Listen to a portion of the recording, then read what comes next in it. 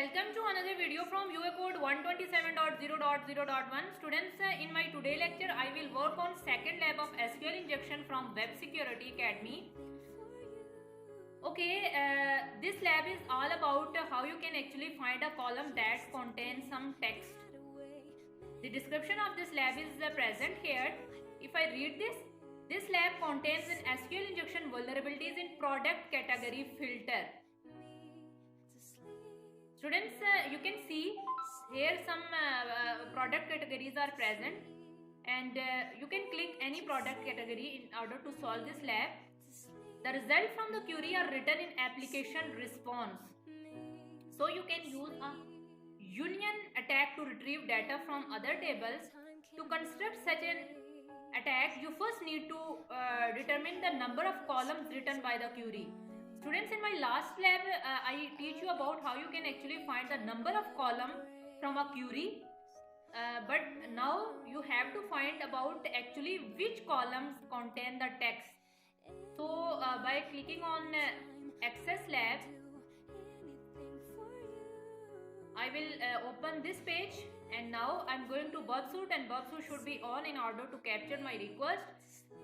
Some product categories are present here: tech gift, lifestyle, food and drink, corporate gift, accessories, all. You can click on any product category. Right now I'm going to click on tech gifts. Okay, when I forward my request and again I forward my request, you can see my get request is captured here in Bubsuit, and here is a parameter that is category.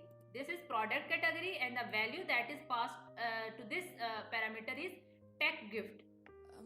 Okay, I am going to right click on it and send it to the repeater, and I'm going to off my intercept, move to my repeater, and if I send my request, this is the request section, and here you can check the response. Okay, students, now if I see the solution of this lab, in first step you have to capture the request, and now in the second step determine the number of columns that are being written by queries. Students, first of all, I will show you how you can actually find the number of columns. I teach you this in my previous lecture as well.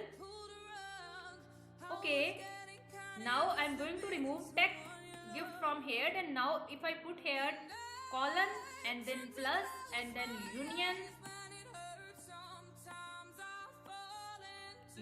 and then I put here plus and then select, and now I put again here plus, and now if I type here null, comma, null, space, hyphen, now if I send my request, an error occurred here.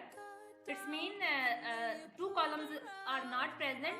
If I put again null, and now if I send my request, okay, now check it again. Students, you can see when I use this payload, it show me response is okay, no error is occur. It means there are 3 columns present in this database table. In this way you can actually find the number of columns. Now I have to find about which column actually contain the text.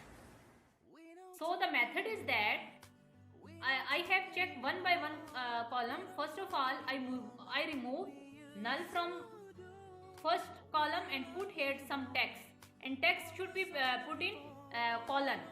I put here A, and now if I send my request, okay, it show me error. It means the first column is not contain the text. I should put null again in place of first column. I put here null, and now I will move to the second column, and if I put here